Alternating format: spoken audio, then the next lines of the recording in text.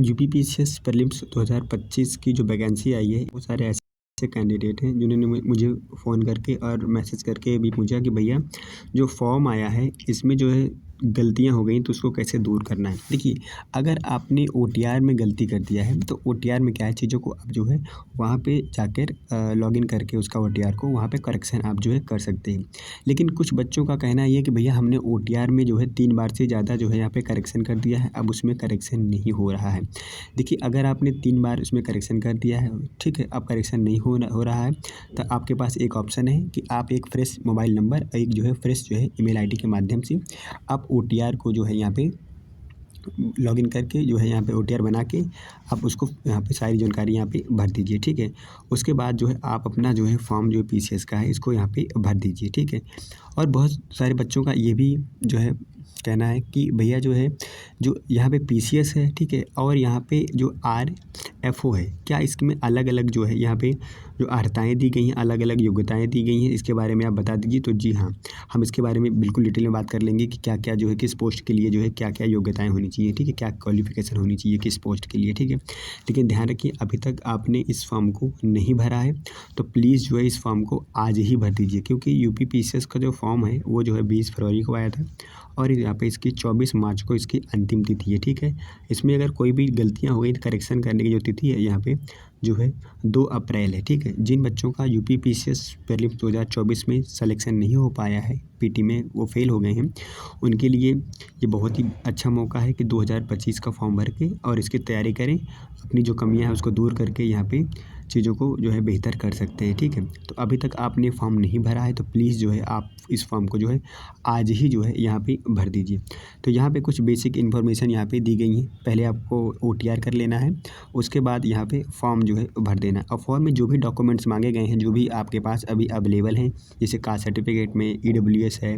EWS हो गया या फिर कोई भी कास्ट सर्टिफिकेट है, वो सारी चीज़ें अगर जो आपके पास अवेलेबल हैं तो वो यहाँ पे भर दीजिए, ठीक है। अगर आपके पास अभी अवेलेबल नहीं है, ठीक है, तो कोई बात नहीं, लेकिन अभी आप जो है फॉर्म को भर दीजिए। बाद में जब मेंस होगा, जो भी आपका प्री क्लियर जाएगा, मेंस होगा, तो उसमें जो है ऑप्शन आते हैं, उसमें जो है आप जाके वहाँ पे अपडेट वहाँ पे कर दीजिए, ठीक है। अब अगर बात करें यहाँ की जो है शैक्षिक जो है अर्हताएँ क्या हैं, जो अगर बात करें यहाँ पे क्वालिफ़िकेशन की बात करें कि क्या क्वालिफ़िकेशन माँगा गया है, किस पद के लिए, उसके बारे में अगर यहाँ पे अगर बात करें हम जो है, तो जिला प्रशासनिक अधिकारी के लिए जो है क्या योग्यताएँ होनी चाहिए? तो जिला प्रशासनिक अधिकारी बनने के लिए भारत में जो है विधि द्वारा स्थापित किसी विश्वविद्यालय से जो है स्नातकोत्तर या जो है उपाधि या सरकार द्वारा उसके समक्ष मान्यता प्राप्त कोई उपाधि हो। अगर आप स्नातक किए हुए हैं तो आप जो है जिला प्रशासनिक अधिकारी बन सकते हैं, ठीक है। और उसकी अगर बात करें कि उसके समकक्ष जो है आपके पास अगर चार्टर्ड अकाउंटेंट, कंपनी सेक्रेटरी, ठीक है, कास्ट एंड वर्क अकाउंटेंट में अगर आपने यहाँ पे कोई डिग्री या उपाधि जो यहाँ पे धारण किया है, फिर भी जो है आप यहाँ पे जिला प्रशासनिक अधिकारी यहाँ पे आप बन सकते हैं, ठीक है। प्रवर्तन अगला पोस्ट यहाँ पे है कि यहाँ पे श्रम प्रवर्तन अधिकारी के लिए आपके पास क्या योग्यताएं होनी चाहिए, इसके बारे में बात करें तो यहाँ पे आपके पास अर्थशास्त्र, समाजशास्त्र, वाणिज्य के साथ जो है स्नातक उपाधि तथा विधि, ठीक है, श्रम संबंध,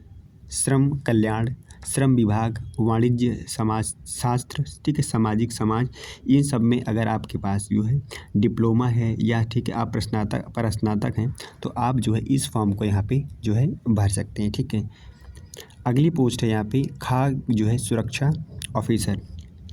जो खाद्य सुरक्षा ऑफिसर है इसके लिए क्या जो है आपके पास जो है योग्यताएं होनी चाहिए, तभी इस फॉर्म को आप भर सकते हैं। इसमें यह है कि जो है एक मान्यता प्राप्त जो है किसी विश्वविद्यालय से खाद्य जो है प्रौद्योगिकी या जो है डेयरी प्रौद्योगिकी या जैव प्रौद्योगिकी या जो है तेल प्रौद्योगिकी या कृषि विज्ञान, ठीक है, या पशु चिकित्सा विज्ञान या जैव रसायन विज्ञान या फिर सूक्ष्म जीव विज्ञान में स्नातक की उपाधि या रसायन विज्ञान में स्नातकोत्तर की उपाधि या जो है औषधि में जो है उपाधि या केंद्र सरकार द्वारा अधिसूचित कोई अन्य समकक्ष जो है प्राप्त अर्हताएँ हों, तो आप जो है इसके लिए यहाँ पे फॉर्म जो है भर सकते हैं, ठीक है। इसमें जो है कुछ जो है इसके समक्ष जो है अर्हताएँ यहाँ पे दी गई हैं, उसके बारे में यहाँ पे देख लेते हैं। क्या है कि किसी मान्यता प्राप्त जो है विश्वविद्यालय अथवा जो है संस्थान से निम्नलिखित जो है अध्ययन के विषयों में स्नातक या स्नातकोत्तर या डायरेक्टर की उपाधि, जैसे कि यहाँ पे क्या है, खाग जो है तकनीक अध्ययन के विषय में, जैसे आप जो है खाग इंजीनियरिंग में, ठीक है, खाग इंजीनियरिंग एवं तकनीक में, खाग प्रसंस्करण एवं जो है संरक्षण में, और यहाँ पे खाग जो है प्रसंस्करण जो है तकनीक में, यहाँ पे क्या है, खाग तकनीक एवं प्रबंधन में, खाग जैव प्रौद्योगिकी में, खाग जो है संयंत्र संचालन प्रबंधन में, खाग जो है यहाँ पे प्रक्रिया जो है इंजीनियरिंग एवं प्रबंधन में, और खाग यहाँ पे प्रसंस्करण में। और यहाँ पे अगली यहाँ पे प्रेफरेंस दिया गया है कि आपके पास अगर कृषि विज्ञान विषय के अंतर्गत आने वाले अध्ययन के विषय में, जैसे कृषि हो, ठीक है, यहाँ पे कृषि इंजीनियरिंग हो, जैव प्रौद्योगिकी हो, डेयरी तकनीक हो, मत्स्य पालन हो, खाद्य तकनीकी हो, और यहाँ पे जो है खाद्य पोषण एवं आहार जो है विधा हो, जो हॉर्टिकल्चर हो, इन सब में आपने कोई भी जो है यहाँ पे डिग्री डिप्लोमा अगर आप लिया है आपने, तो उसके लिए जो है आप यहाँ पे खाद्य सुरक्षा अधिकारी के जो ये पद है, इसके लिए जो है आप एलिजिबल हैं, तो आप इसके लिए यहाँ पे फॉर्म भर सकते हैं, ठीक है। अगली पोस्ट की बात करें यहाँ पे जो है, तो अगली जो यहाँ पे पोस्ट प्रेफरेंस है, यहाँ पे सहायक जो है निदेशक, ज्येष्ठ प्रवक्ता, जिला लेखा परीक्षा, ठीक है, अधिकारी, स्थानीय निधि जो है लेखा परीक्षा विभाग, उत्तर प्रदेश, प्रयागराज, ठीक है। इसके लिए इस फॉर्म को भरने के लिए आपके पास क्या योग्यता होनी चाहिए, तो इसमें ये बात कही गई है कि भारत में जो है, भारत में विधि द्वारा स्थापित किसी विश्वविद्यालय से वाणिज्य में स्नातक उपाधि अथवा सरकार द्वारा मान्यता प्राप्त उसके समक्ष कोई जो है अर्हता हो, जैसे कि देवनागरी जो है लिपि में लिखी गई हिंदी का जो है कार्यकारी आपको ज्ञान हो, यानी कि देवनागरी जो लिपि है उसके बारे में आपको नॉलेज होना चाहिए। उसके समकक्ष अर्हता की बात करें तो शासन के पत्र दिनांक 14 फरवरी 2024 के अनुसार जो है अनिवार्य शैक्षिक अर्हता की बात करें, वाणिज्यिक स्नातक समकक्ष अर्हता BBA, ठीक है, ICWA या जो है CS या जो है CA की जो है संस्तुति जो है प्रदान यहाँ पे की गई है, ठीक है। अब यहाँ पे बात करते हैं कि जो है यहाँ पे बात की गई है कि अगर जो है आप उपनिबंधक बनना चाहते हैं, ठीक है, उपनिबंधक अगर यहाँ पे बनना चाहते हैं, सब रजिस्ट्रार बनना चाहते हैं, तो उसके लिए क्या है, योग्यताएं होनी चाहिए आपके पास। तो जो है विधि स्नातक के साथ देवनागरी लिपि में लिखित हिंदी का जो है धारक क्या ज्ञान होना चाहिए, यानी कि आपने अगर यहाँ पे जो है LLB किया है या फिर BA LLB किया है, तो आप जो है इसके लिए यहाँ पे एलिजिबल है, ठीक है। अगला जो है पोस्ट के लिए देखते हैं, जिला स्वास्थ्य शिक्षा एवं जो है सूचना अधिकारी, जिला स्वास्थ्य शिक्षा एवं सूचना अधिकारी के लिए जो है यहाँ पे क्या जो है आपके पास क्वालिफिकेशन होना चाहिए, तो भारत में जो है विधि द्वारा स्थापित किसी विश्वविद्यालय से समाजशास्त्र अथवा समाज विज्ञान में स्नातक उपाधि तथा किसी मान्यता प्राप्त विश्वविद्यालय से जो है पोस्ट ग्रेजुएट जो है डिप्लोमा इन हेल्थ एजुकेशन, ठीक है। नोट में इसमें दिया गया कि जो है समाज विज्ञान में स्नातक पाठ्यक्रम में, ठीक है, यहाँ पे सोशियोलॉजी, ठीक है, एंथ्रोपोलॉजी जो है साइकोलॉजी है ना, इसमें social psychology, social science, geography, history और जो है इकोनॉमिक विषयों को पढ़ाया जा सकता है, ठीक है। तो अगर आप जिला स्वास्थ्य शिक्षा एवं सूचना अधिकारी बनना चाहते हैं तो आपके लिए ये जो है योग्यताएं यहाँ पे होनी चाहिए, तभी जो है आप इस फॉर्म को यहाँ पे भर सकते हो, ठीक है। फॉर्म भरते समय आप जो पोस्ट प्रेफरेंस है उसमें जो है उन्हीं जो है आप जो है पोस्ट को भरिएगा जो आपके पास क्वालिफिकेशन है, अन्यथा उसको छोड़ दीजिएगा, ठीक है। अगर आपने भर दिया है तो कोई बात नहीं है, उससे आपका कोई फॉर्म जो है रिजेक्ट होने वाला नहीं है, लेकिन जो कैंडिडेट फॉर्म भरने वाले हैं उनको जो है ये बात ध्यान में रखनी है कि जो उनके पास योग्यताएं हैं उसी जो है पोस्ट को उनको यहाँ पे भरना है, ठीक है। यहाँ पे अगली पोस्ट है, यहाँ पे इसकी सहायक जो है सहायक आयुक्त एवं सहायक जो है निबंधक जो है सहकारिता के लिए क्या योग्यता होनी चाहिए, तो भारत में विधि द्वारा स्थापित किसी विश्वविद्यालय से कला, विज्ञान, वाणिज्य या कृषि में जो है स्नातक की उपाधि हो और यहाँ पे देवनागरी लिपि में लिखित हिंदी का जो है पूर्ण ज्ञान हो। अगर तो हिंदी का ज्ञान हो कि देखो भाई आप काम जो करना हो वो उत्तर प्रदेश में ही करना है, ठीक है। तो उत्तर प्रदेश में जो है हिंदी को जो है इसलिए प्रेफरेंस दिया जाता है क्योंकि यहाँ पे सभी लोग जो है हिंदी बोलते हैं, है ना, तो अधिकतर कामकाज जो होता है यहाँ पे जो है सारा जो है वह हिंदी में होता है, इसीलिए जो है आपको देवनागरी का ज्ञान यहाँ पे होना जो है आवश्यक है, ठीक है। अगली पोस्ट प्रेफरेंस में इसमें क्या हमें भरना है, अगली जो है इसमें पोस्ट प्रेफरेंस में जो है जिला लेखा परीक्षा, इसमें जो है जिला लेखा परीक्षा अधिकारी सहायक, ठीक है, के निदेशक, सहायक समितियां एवं जो है पंचायत लेखा जो है परीक्षा, इसके लिए क्या अर्हताएं होनी चाहिए आपके पास। तो भारत में विधि द्वारा स्थापित किसी विश्वविद्यालय से वाणिज्य में स्नातक उपाधि अथवा सरकार द्वारा मान्यता प्राप्त उसके समक्ष कोई अर्हताएं होनी चाहिए, तब जाके आप जो है जिला लेखा परीक्षा अधिकारी यहाँ पे बन सकते हैं। ठीक है, और उसके साथ ही जो है देवनागरी लिपि में लिखी जो है गई हिंदी का जो है कार्यकारी आपको ज्ञान होना चाहिए। उसके समकक्ष यहाँ पे कुछ जो है यहाँ पे अर्हताएँ दी गई हैं, जैसे कि बैचलर ऑफ कॉमर्स होना चाहिए, बीकॉम ऑनर्स होना चाहिए, बैचलर ऑफ जो है अकाउंटेंसी आपके पास होना चाहिए एंड फाइनेंस होना चाहिए। ठीक है, यहाँ पे बैचलर ऑफ कंप्यूटर एप्लीकेशन होना चाहिए। ठीक है, और यहाँ पे bachelor of commerce in banking and insurance जो है होना चाहिए। ठीक है, या फिर bachelor of commerce in financial market. ठीक है, या फिर बैचलर ऑफ बिजनेस एडमिनिस्ट्रेशन होना चाहिए, या फिर BSc जो है statics, bachelor of commerce in taxation, bachelor of जो commerce in banking management, bachelor of commerce in E commerce, bachelor of जो है commerce in foreign trade, bachelor of commerce in यहाँ पे लिखा टूरिज्म एंड ट्रेवल मैनेजमेंट, यहाँ पे BCom in marketing, bachelor of यहाँ पे बैचलर ऑफ जो है taxation and finance, bachelor of जो है commerce in international business, bachelor of accounting and technology, bachelor of business and economy. ठीक है, bachelor of business and studies chartered accountancy और company secretary. अगर ये सारी अगर आपके पास अर्हताएँ हैं, तब आप जो है जिला लेखा परीक्षा अधिकारी के पद के लिए योग्य हैं। आप इसका फॉर्म यहाँ पे भर सकते हैं। ठीक है, यहाँ पे अगर सहायक जो है श्रमायुक्त अगर बनना चाहते हैं, ठीक है, यहाँ पे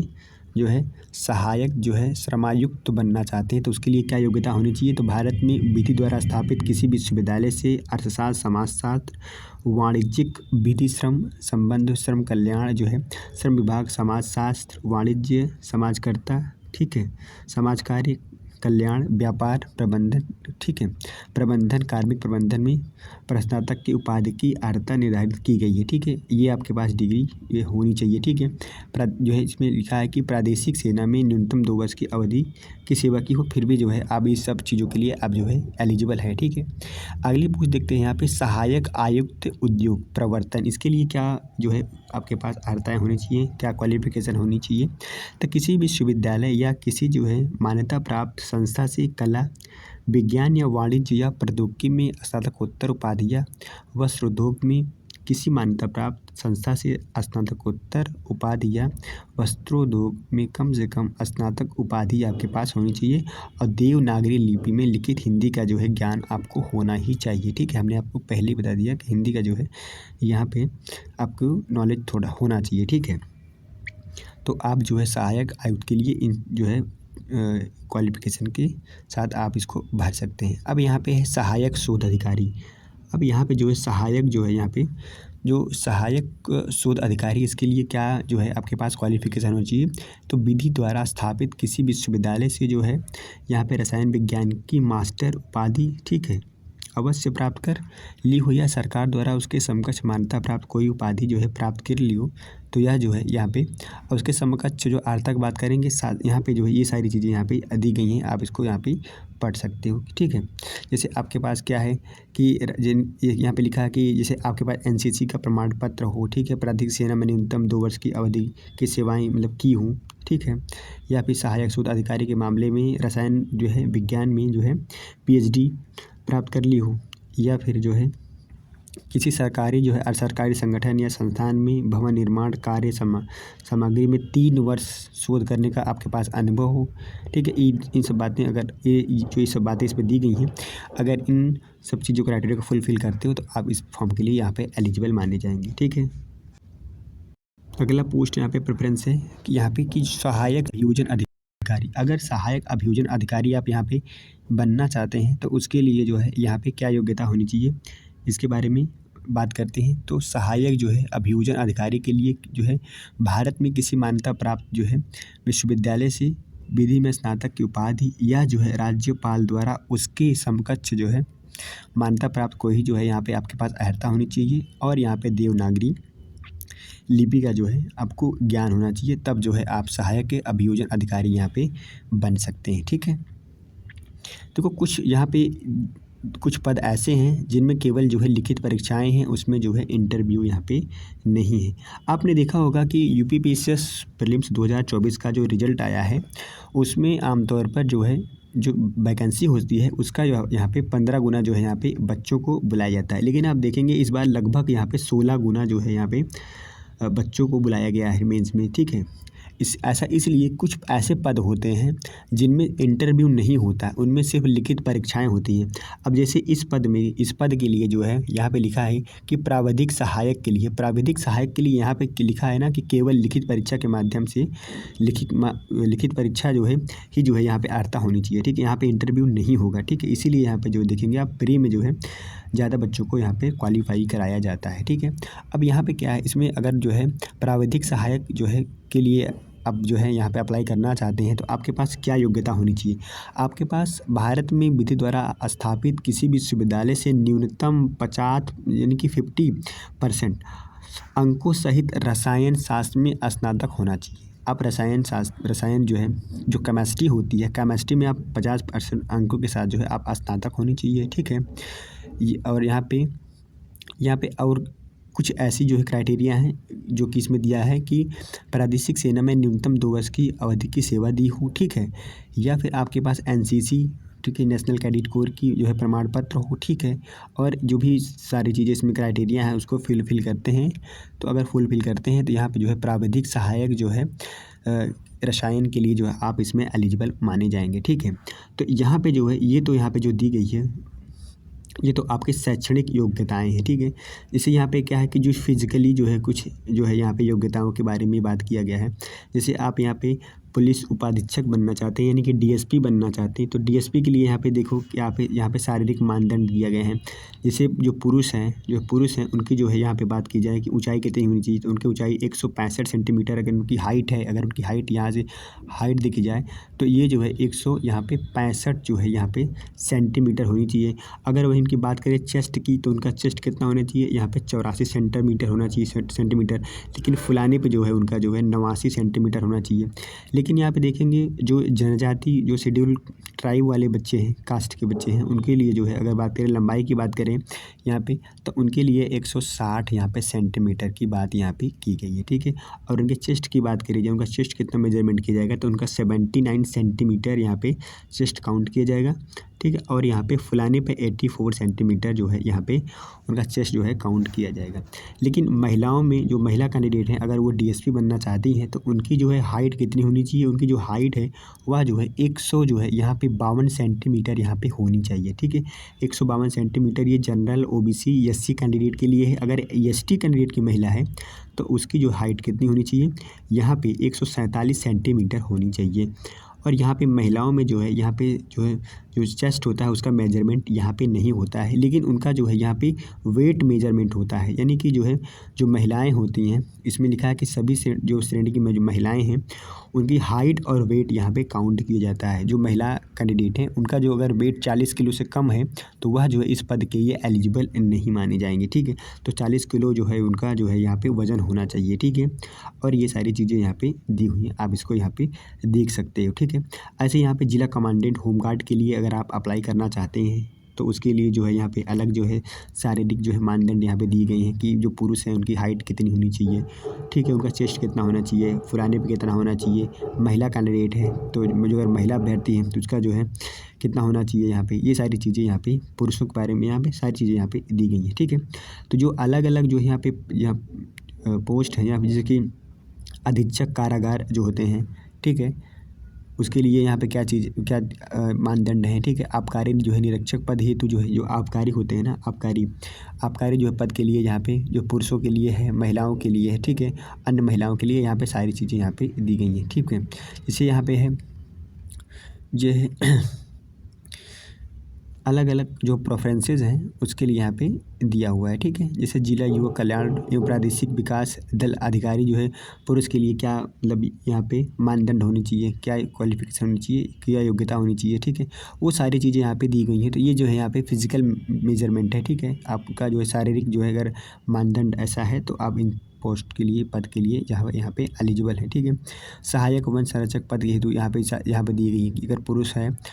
पुरुष के लिए, महिलाओं के लिए सारी चीज़ें यहाँ पे आप दी गई हैं। तो इस जो है आप इस नोटिफिकेशन को जो है आप डाउनलोड कर सकते हो। अगर आप डाउनलोड नहीं करना चाहते, अगर आपको नहीं मिल रहा है तो हमारे टेलीग्राम पे चले जाइएगा, वहाँ पर हमने इसको जो है यहाँ पे अपलोड कर दिया है, ठीक है। तो हमने यहाँ पे देखा जो है जितनी भी पद हैं उनमें जो है क्या क्वालिफ़िकेशन होनी चाहिए, ठीक है। लेकिन आप देखिए, अगर आप जो है एसडीएम बनना चाहते हैं, ठीक है, अगर आप एसडीएम बनना चाहते हैं, अगर जो है आप डीएसपी बनना चाहते हैं, ठीक है, वीडियो बनना चाहते हैं, इन सब के लिए जो नॉर्मल है कि आप जो है किसी भी विश्वविद्यालय से या भी किसी भी मान्यता प्राप्त कॉलेज से अगर आपने सामान्य जो है ग्रेजुएशन किया है, बीए किया हुआ है, तो आप इसके लिए एलिजिबल माने जाएंगे, ठीक है। लेकिन जो अन्य पद हैं जो है जिसमें जो है विशेष योग्यताएं मानी गई हैं, उसके लिए जो है आपके पास अगर उस विषय की योग्यता है तभी जो है आप उस फॉर्म को भर पाएंगे, ठीक है। तो इस फॉर्म में भी जो है बहुत सारे ऐसे पद हैं जिनके लिए विशेष योग्यताएं मानी गई हैं। तो आपको जो है वहाँ पे सारे फॉर्म नहीं भरने हैं, आपको वही फॉर्म भरना है जो आपके पास योग्यता है। जिस भी आपने स्ट्रीम में जो है कॉमर्स में या फिर साइंस में, जिस भी स्ट्रीम में आपने पढ़ाई की है उसी को जो है आप यहाँ पे फिल कर दीजिए, ठीक है, फॉर्म को भर दीजिए। अगर आपने अलग से अगर कुछ और भर दिया है, सारा टिक कर दिया, तो कोई बात नहीं, जो है उससे आपका फॉर्म यहाँ पे रिजेक्ट नहीं होने वाला है। तो उसकी जो है यहाँ पे परेशान होने की ज़रूरत नहीं है। अगर इससे रिलेटेड कोई भी जानकारी चाहिए तो आप मुझे कॉल कर सकते हो। मेरा नंबर यहाँ पे मैंने पिन कर दिया है जो है आपको कमेंट बॉक्स में, और टेलीग्राम चैनल पे आप मुझे मैसेज कर सकते हो, ठीक है। जो भी चीज़ें हैं आप इससे रिलेटेड जो है यूपीपीसीएस एग्ज़ाम से रिलेटेड कोई भी जानकारी है तो यहाँ पे जो है आप हमसे पूछ सकते हो। यहाँ पे देखेंगे जो शुल्क है, जो शुल्क किनको देना है, जैसे कि अगर यहाँ पे जो ओबीसी हैं, ठीक है, ओबीसी हैं और आपके जो है सामान्य वर्ग के कैंडिडेट हैं, उनके लिए जो यहाँ पे फ़ीस है वो कितना है आपको देना है, 125 रुपये देना है, ठीक है। लेकिन जो यहाँ पे अनुसूचित जाति की कैंडिडेट, अनुसूचित जाति हैं, या फिर अनुसूचित जनजाति कैंडिडेट हैं, उनका यहाँ पे जो है 65 यानी कि 65 रुपये यहाँ पे फ़ी आपको यहाँ पे जमा करना। आप ऑनलाइन चालान कर सकते हैं या फिर ऑफलाइन भी सारी चीज़ें यहाँ पे कर सकते हैं। तो यहाँ पे नोटिफिकेशन में आप देखेंगे नीचे इसका सिलेबस भी दिया हुआ है, तो आप इसको डाउनलोड करके आप यहाँ पे सारी इन्फॉर्मेशन दी हुई है कि आपको ओटीआर कैसे भरना है, फॉर्म को कैसे भरना है, वो सारी चीज़ें यहाँ पे दी गई है, ठीक है। लेकिन अगर फिर भी अगर आपको चीज़ें समझ में नहीं आती हैं, ठीक है, तो जो है आप मुझे कमेंट करके दीजिएगा, हम जो है इसके बारे में आपको डिटेल में जानकारी दे देंगे, ठीक है। अब यहाँ पे बात करें अगर इस बार 2025 में कितने पद रहने वाले हैं, पदों की संख्या की बात करें तो 2025 में अगर आमतौर पर जो पदों की संख्या अगर देखा जाए कितनी रहने वाली है, अभी तो जो आपका जो फॉर्म आया है इसमें जो है 200 पदों का जो है यहाँ पे उल्लेख किया गया है। लेकिन ध्यान रखना ये जो पद हैं ये जो है 800 से लेकर जो है यहाँ पे 900 तक जो है ये पद रहने के जो है अनुमान है, ठीक है। जब इसकी जो है आपका फाइनल रिजल्ट आएगा तो देखिएगा जो है 800 से यहाँ पे 900 जो है यहाँ पे पदों पे जो है अभ्यर्थियों का यहाँ पे चयन हुआ है। तो अंततः जो है आपके 800 से 900 पद यहाँ पे रहने वाले हैं, ठीक है। और जो है आप लोग प्लीज़ जो है अभी आपके पास मौका है, जिनका प्रीलिम्स नहीं हुआ है 2024 वो अभी से लग जाएँ, ठीक है। और प्री प्लस मेंस की तैयारी करें। ऐसा नहीं है कि अभी हमें इस बार जो है प्री पढ़ेंगे, फिर जब हमारा प्री हो जाएगा, रिजल्ट आ जाएगा, उसके बाद मेंस पढ़ें। आप ऐसा पढ़ो प्री प्लस मेंस, यानी कि प्री कम अगर मेंस पढ़ोगे तो आपको कभी भी जो है समस्या आने वाली नहीं है, ठीक है। तो अगर आप ऐसा पढ़ते हैं, ठीक है, तो आप मुझे ज़रूर बताइएगा कमेंट करके अगर आप कोई समस्या आती है, ठीक है। इस वीडियो में फ़िलहाल इतना ही। वीडियो देखने के लिए आपका बहुत बहुत धन्यवाद। Thank you so much.